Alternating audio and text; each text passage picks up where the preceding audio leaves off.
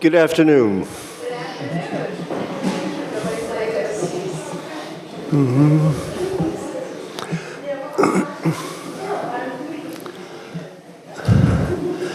My name is Dick Burns, and on behalf of the Festival Committee, I'd like to welcome you all here. Thank you for coming. You are the lifeblood of this festival. Besides thanking you, I would like to thank our major sponsors, Nantucket Island Resorts, the Nantucket Historical Association, the Dreamland Theater, the Nantucket Athenaeum, the Inquirer and Mirror, WCAI, N Magazine, the Haft Foundation, and Wendy Schmidt, all of whom make very generous contributions to our well-being.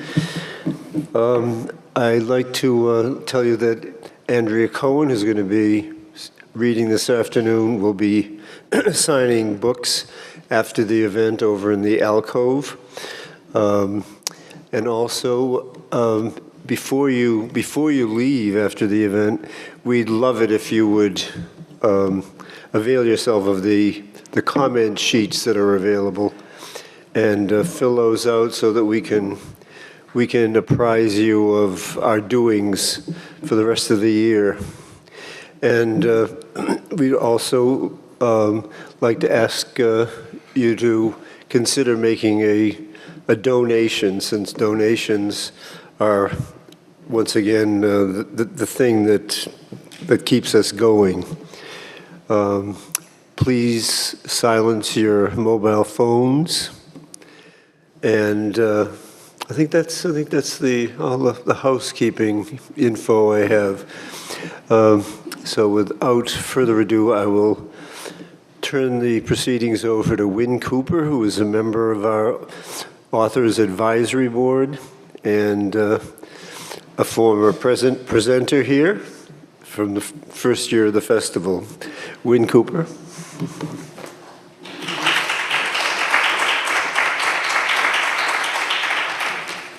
Thank you, Dick. Andrea, can you hear me okay? Yeah? Yeah? It's closer? Okay.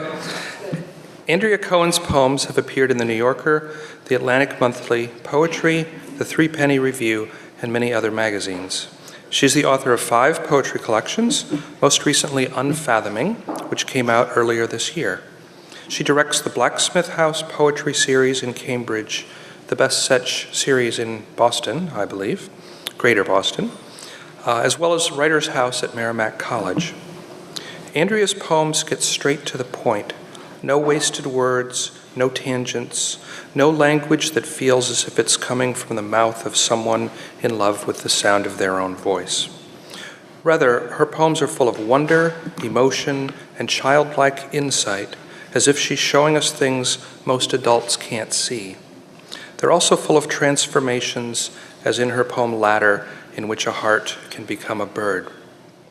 Andrea's unmistakable sense of humor, apparent in many of her poems, is best summed up in her answer in an interview to the question, "How did you get into writing poetry?" And she said, "I've always been comfortable with downward mobility and have always organized my thoughts in verse." To me, the center of Andrea's poems is consciousness. It's as if the speaker of her poems is always discovering what it means to make connections, not just in the speaker's mind, but in her connections to others. Her poems make us conscious of what's around us, but also of what is in us, that part of our being we wish to change and often cannot. But like Sisyphus, we keep trying, and being conscious of that is enough. Please welcome Andrea Cohen.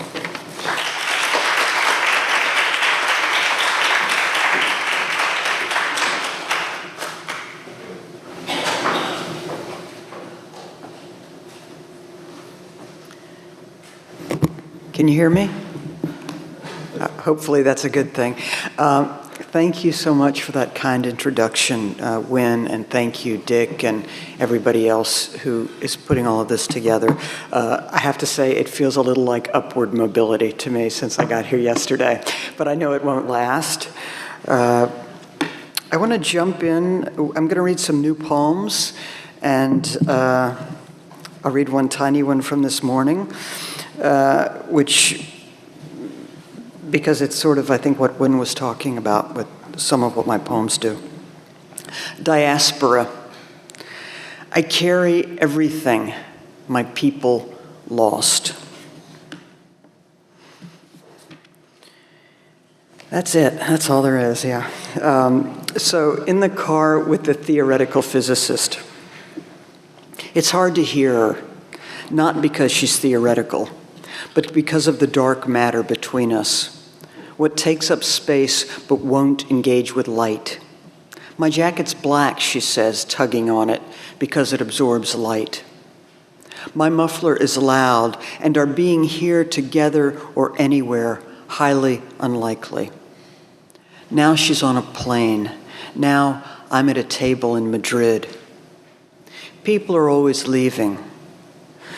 We could call the 5 or 6 mass extinctions mass migrations, but still they would be sad. Everything moves too fast into the past and future. It's hard to keep up, hard to not try to disguise my voice and call into the radio station when the special guest is the theoretical physicist. Hard not to ask, what should we do if we stumble into a black hole? Duck and cover? Roll with it? I'll take my answer with a stiff drink, I say.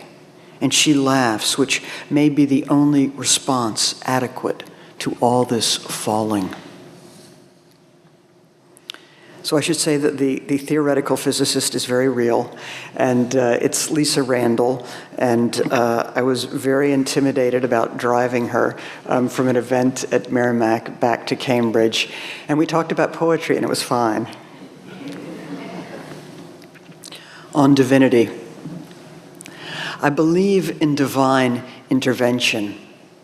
When the gods rush past, I tackle them. It's a true story, like many of them.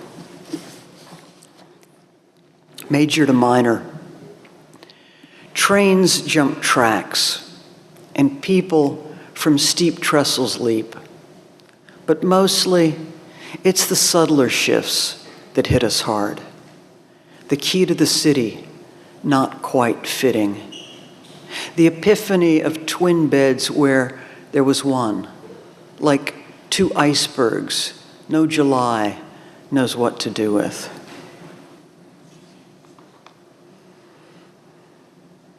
I recited that poem for somebody in a stairwell last night after dinner and drinks, and I have to say it's better to do it without a drink. Division of. You took the painting of the girl on the stair. You left the stair. You took the nail on which the girl in a pink haze hung. You left the hole in horsehair plaster and the crumbling that comes after.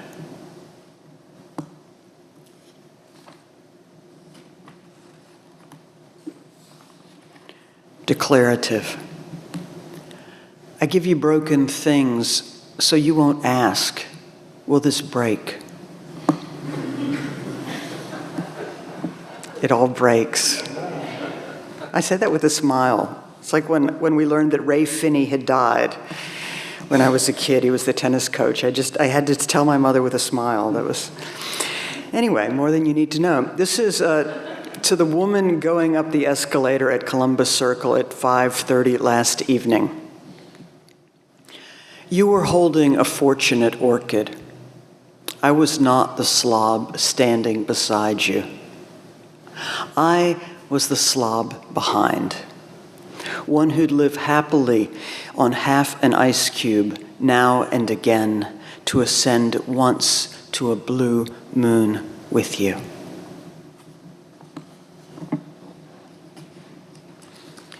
Guide to becoming a human shield. Live near spears.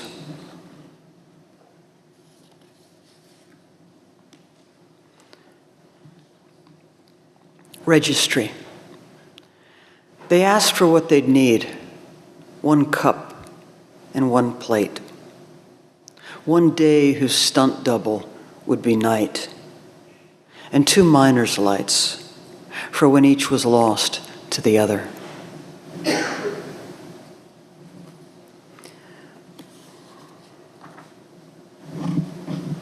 You know how, like, piano players have someone to turn their pages? I can't imagine why we don't have that. I mean, when? Really?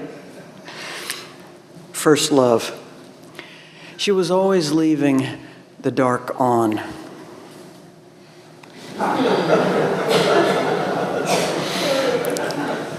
Everything. Everything was beautiful and nothing hurt, Kurt Vonnegut said. Everything was beautiful and nothing hurt, the girl slurred to the artist at the tattoo parlor. The word made flesh isn't fictional. It's beautiful. It hurts.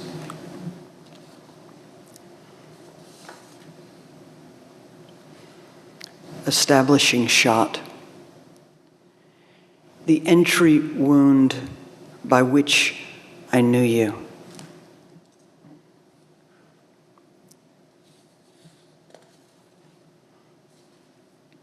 After.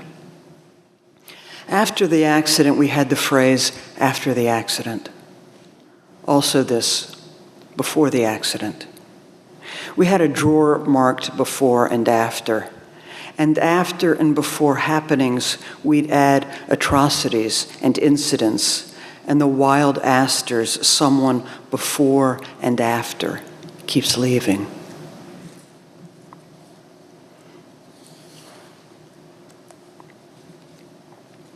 The new world.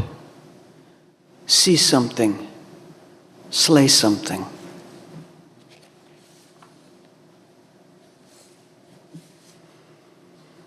Cloud study. How do clouds learn to be clouds? They study what Constable seeing them saw. Awe for sure, but also a falling away from any sense of earthly surface.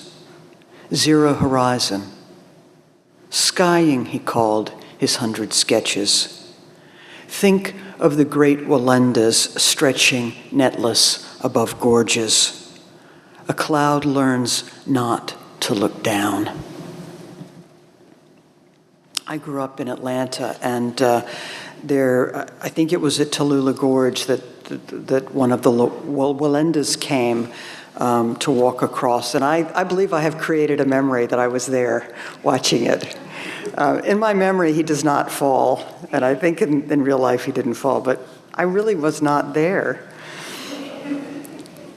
Passing the torch. It hurts when they hand it to you and when they say, pass it on.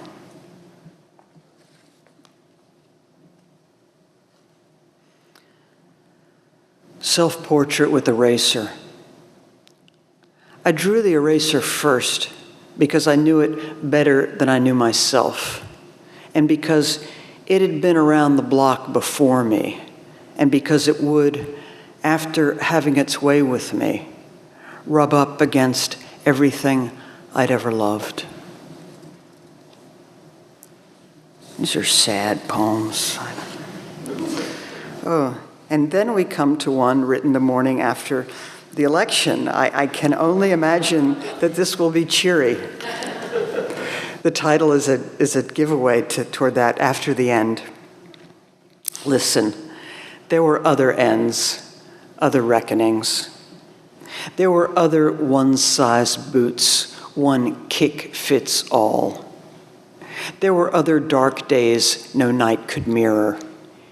Hear me out, if someone above the rubble can. I'm going to spare you this one. Wrecking ball. Its offices are thin air. On days off, it still goes in. Wrecking balls are workaholics. They hang around up there. And even the idea of big sky crumbles.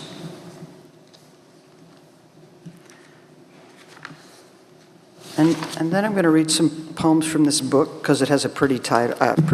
Pretty title. I can't say that. I made it.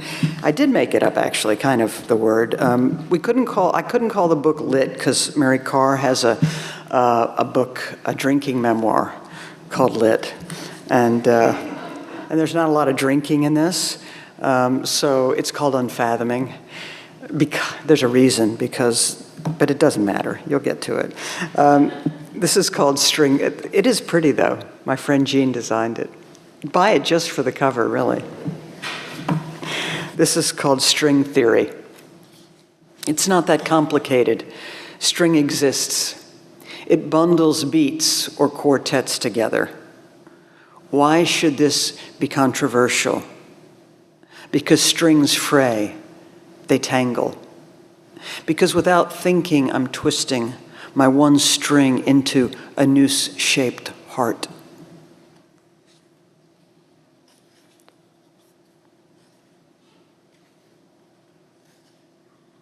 Poison hotline.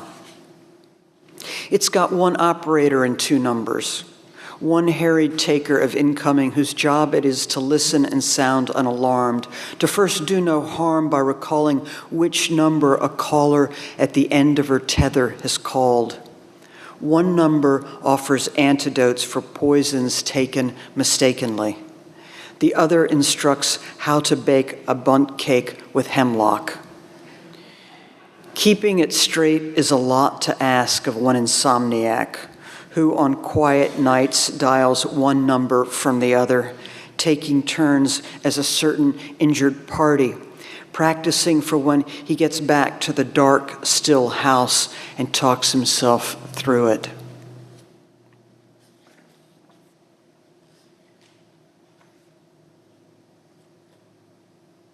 Puzzle.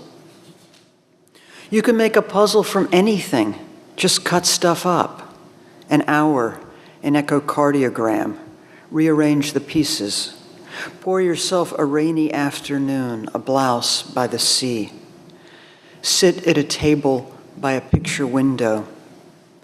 Don't worry that the pieces of the table or the window or your own crooked smile don't quite fit. It's a puzzle. Make piles of blue, of black, of rain. Let the pieces sift together. It only looks like ruin.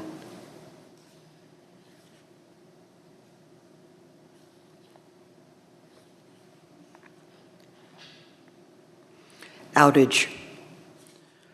I need a flashlight to find the flashlight, but make do without, feeling my way down the basement stair, brailing my hands along the packed shelves where we keep flashlights, canned peas, the crank radio, what's good in an emergency. I'm the emergency vehicle carrying the flashlight upstairs. We is a pronoun I'm told to give up, like red meat or too much bourbon. It's dark out and in. The taxi is small and white, like a hospital far off. You're leaving me in the dark for a mountain retreat. You seem like a mountain retreating. I seem like a person, stiff upper lip, waving goodbye to a mountain. It's a tantric retreat, you confess. You suspect it will be dark where you're going, a dark different from this one, in which I give you the flashlight and a weak thumbs up and watch you in night fog fade, light ship pulling anchor. We're going to be getting to the happy poems any time, very soon, very soon. What I did on winter vacation. I invented a wheel.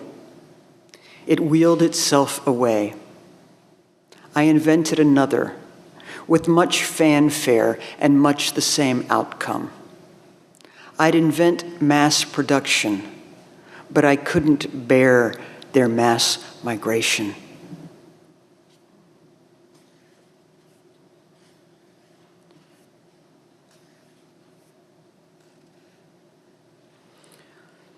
The fall of lawless bodies. They fall up, a blizzard in reverse. You can't talk them down. Lawless bodies in their anti-gravity boots and mittens won't listen. But it only seems they're smitten with the stratosphere's glistening.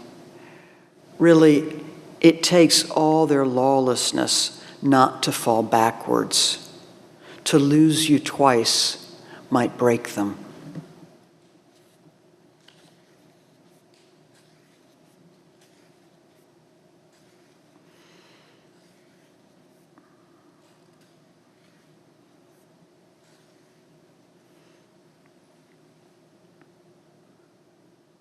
Easter on the Rio Grande. That sailor whose throat was just cut has grown another throat, which grows another cut. It's an old saw. The blade that goes around comes around, which is why the sailor throws his voice into the sea, why I hold a space in my glacial lungs for him, why I keep swimming.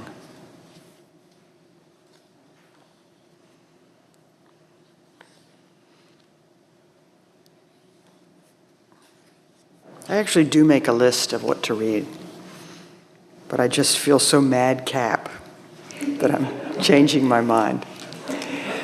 This is called Lit. It's a memoir about drinking. No, it's not. Lit. Everyone can't be a lamplighter. Someone must be the lamp.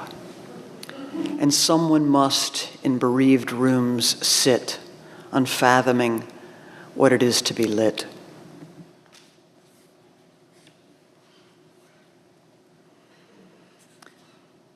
Silence.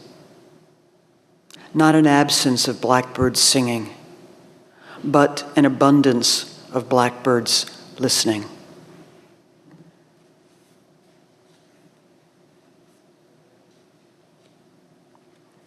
Virginal. That dress, look closer. She sewed it from 100 tattered flags of surrender.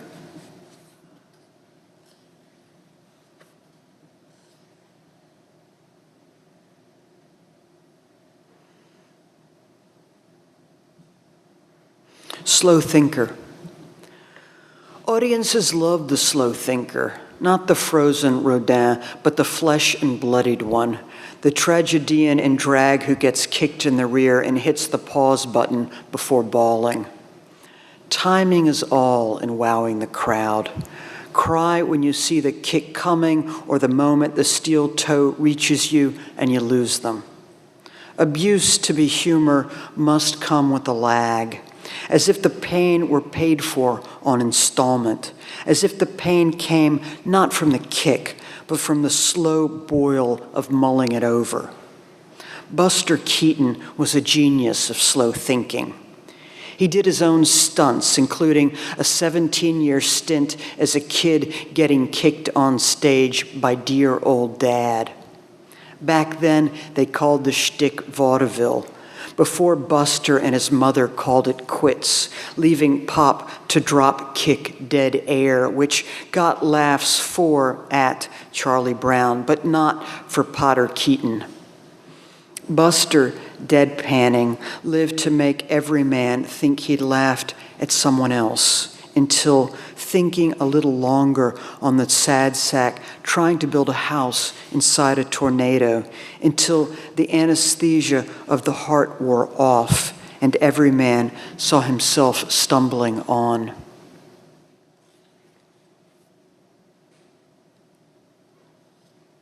Spec.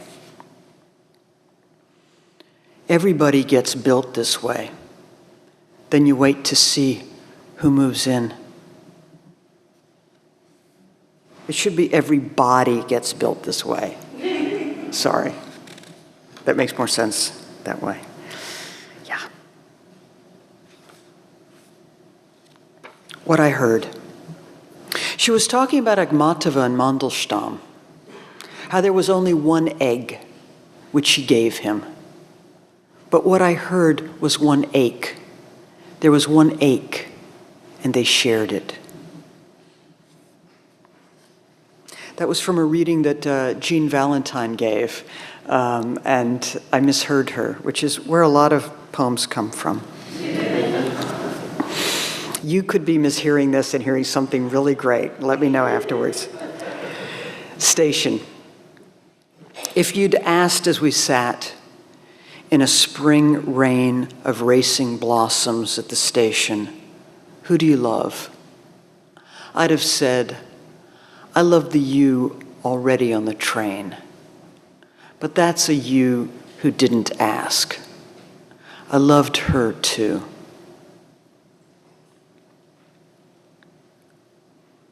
My raincoat opens doors for me.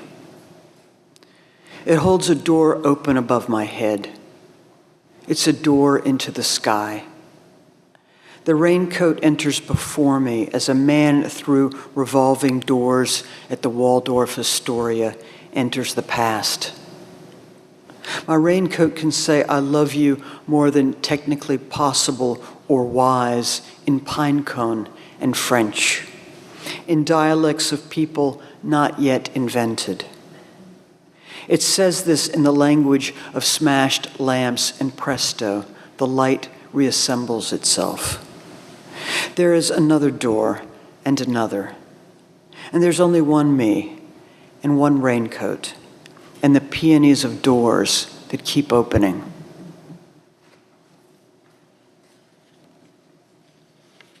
We'll have an intermission now, and my personal history. To guess it is to guess the number of jelly beans in the basket, and if you guess right or rightest, to win the jelly beans, which look like a rainbow cut up and packaged for express delivery. And guess what? You don't like jelly beans or rainbows, or you do, but you suffer from color blindness or diabetes, and you know that my personal history gets boring around page 8 when I start to explain the scars, which are layered on top of all the other scars you've met. Some you won in a contest. Some were consolation prizes. First prize is always the shoulder to sigh on. When I was 6 and immortal, Scott Blonder dared me to slide down the water slide into the kidney-shaped pool. If you do, he said, Coco the poodle will bite you. I did. Coco did. And Mrs. Blonder, with orange methylate, painted a butterfly on my left thigh. I can't show you the butterfly, but I can show you its flight pattern away. That's how things find their shape. There's a distance, and we get in line to funnel through it. You can guess how many of us line up at once, whether it's more or less than the number of terracotta warriors buried with their emperor. I saw those figures exhibited in Brussels last year, but they turned out to be replicas. And who wants to pay to see a replica of a replica? I've got mirrors. I've got a personal history with lint and layaway and oil fed mistakenly into a basement with a gas furnace. Things blow up. Why am I telling you this? Because dust is trying to colonize my empire. Because I still have a few sleeves to fill with tricks. Because I want you to saw me in half in that French construction worker's outfit you have, and then put me back together without letting on that you've never done this kind of thing before. I want this to be something we laugh about before it happens and afterwards, something to amuse the deep snows long after our coming and going. That's an epic for me. Very long. I don't know how novelists do it.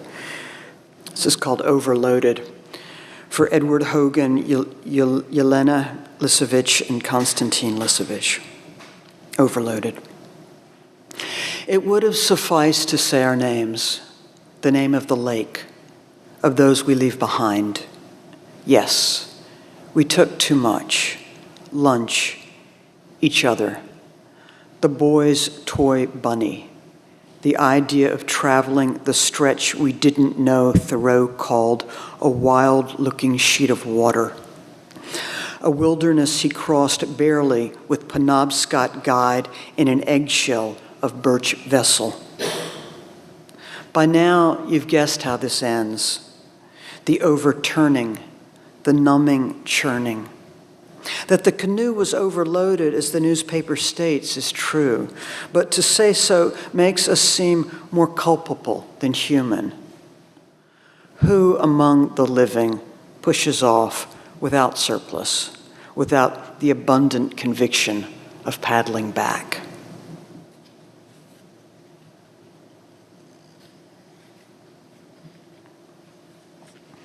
Visiting the cliffside villa. People who live alone have systems for dishwashing, for the wringing of hands. The dinner bell or bell the cow wears are not necessary. Remember this if you visit.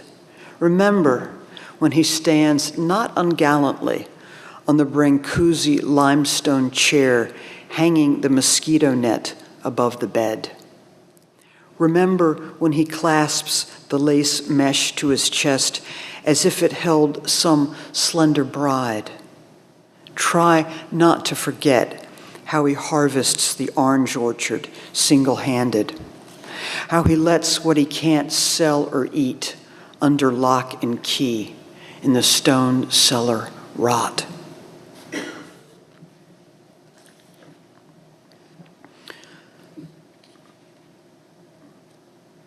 Maybe I'll read 3 more poems. This is called Little Circle as Placeholder.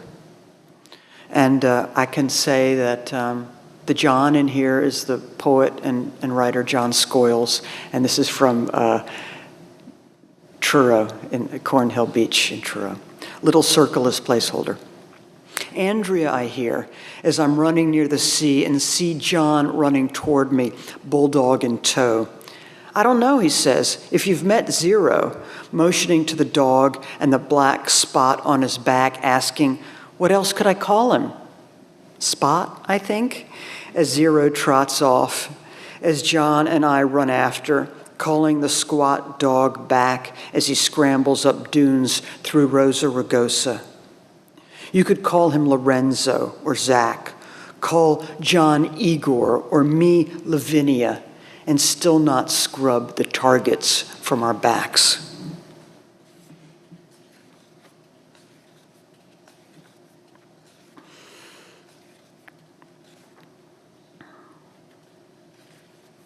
Naming the animals. Rover, Lucky, Charles. Like movie stars, the dogs and cats get one name. The children try naming the cows and pigs.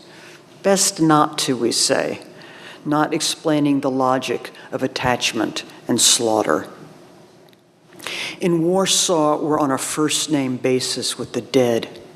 The memorial unable to contain the magnitude of erasure. So what we've got is the 400 names most commonly given and taken.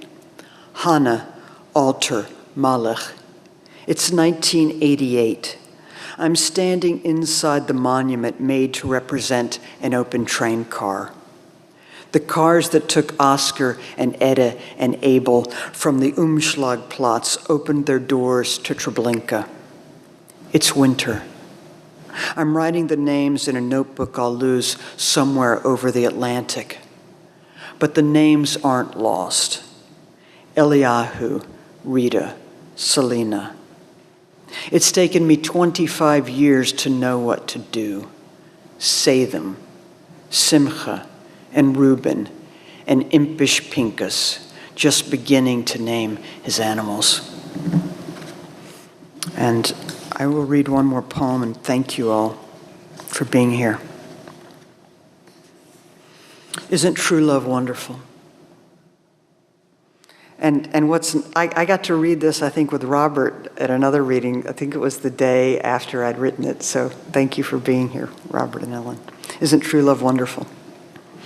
Eco Butch from Cornish just made me her favorite, which is more than I can say of Kitchen Slut 100 or 101.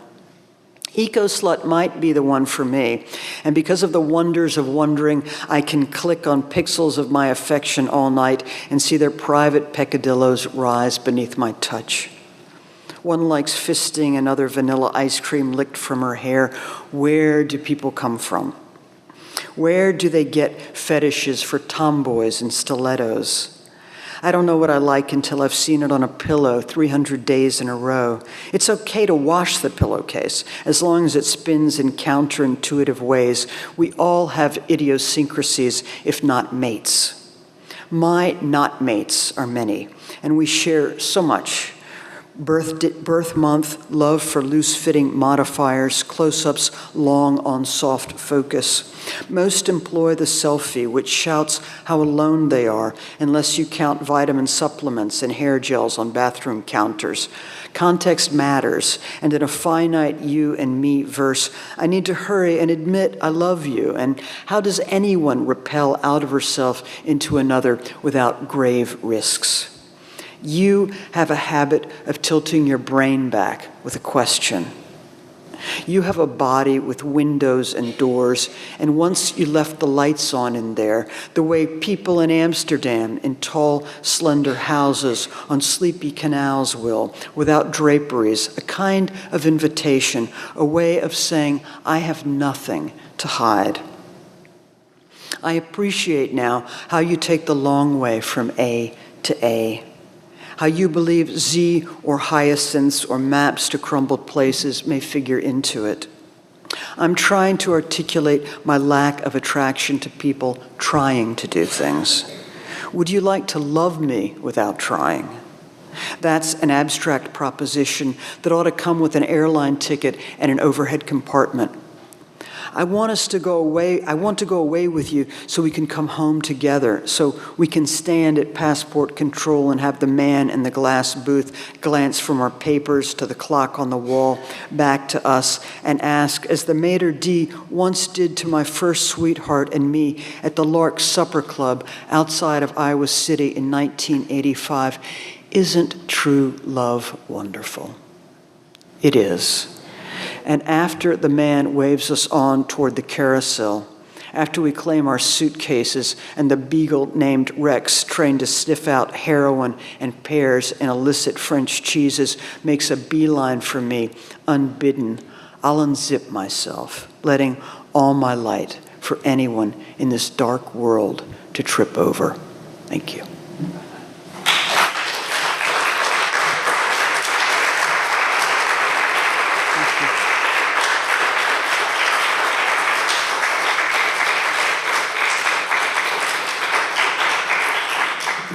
I'm not sure of the protocol. Am I meant to linger here and see if anyone wants to ask me anything, or if you all have answers for me? How does that work? Yes? Any questions? Yes? When? A very distinctive voice. And I wonder if you could talk a little bit about, unless you were born with it, how you came to find that voice or develop it. So you mean the voice in the poems? Yeah. One thing I can say is growing up, I was always a kind of a class clown. So I liked humor, I guess. And I thought that was something you couldn't do in poems. And then I realized you could. Another thing I thought you couldn't do in poems was have dialogue. And then I realized you could. I always think I'm not good at plot. But I do, within poems, like to tell very, very little stories. And I guess my voice is something, I think I kind of had it early on, and I think it's evolved. I think it's about trusting oneself. Yeah. Thanks. Anyone else? Answers. No one has answers for me. Nothing. Yes? Well, I love your poems. Do you write other things too? Because there is a story in each poem, it seems as though. And I just wondered if you have tried writing other genres. Like shopping lists. I've written a little, some short stories a little bit, and essays a little bit. But generally, I what should I say?